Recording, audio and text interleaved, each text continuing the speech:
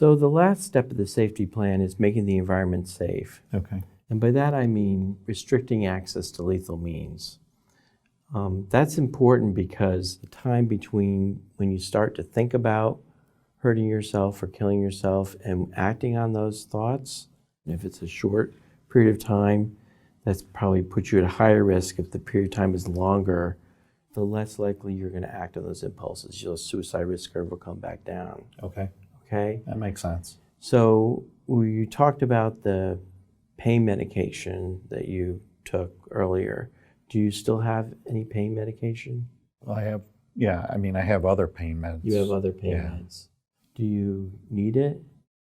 No, I really just keep it around just in case something else happens. Right.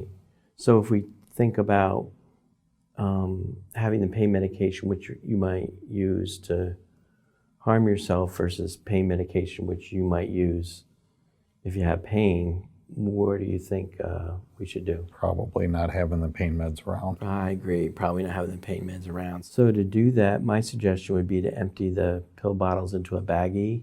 Okay. And then throw the pill bottles away, and then put coffee grounds in the baggie or some other garbage that's unappealing, seal up the baggie and toss it away. Okay. Okay? Do you think of any other method of wanting to harm yourself?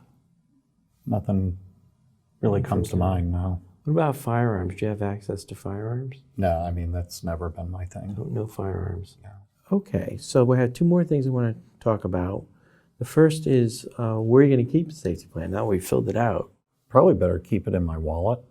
Okay.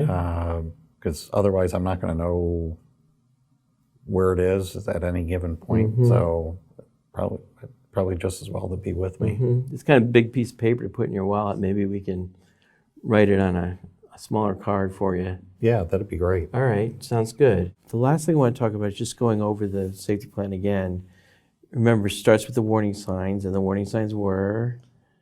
Well, feeling like a failure, being a burden to my family, and definitely the pain. And the pain, yeah.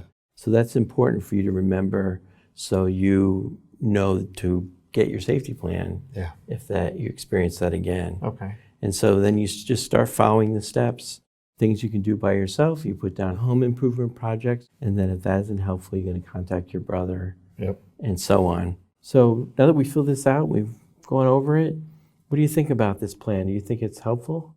Yeah, definitely would have been good to have a couple of days ago, but definitely will help. Mm-hmm. Is there anything that might get in the way of you using it? Not that I can think of. Yeah, so you think it's likely it's going to be helpful? Yeah, for sure. Okay.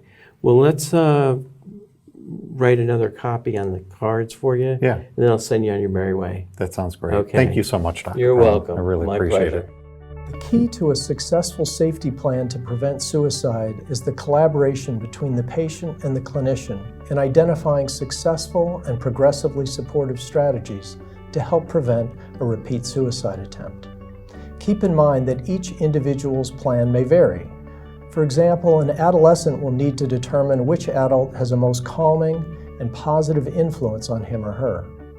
Families can be coached to help an adolescent know when they need to implement the safety plan. Several resources are available in the Joint Commission Resource Compendium for our Suicide Prevention National Patient Safety Goal under EP6 to help clinicians in developing suicide safety plans.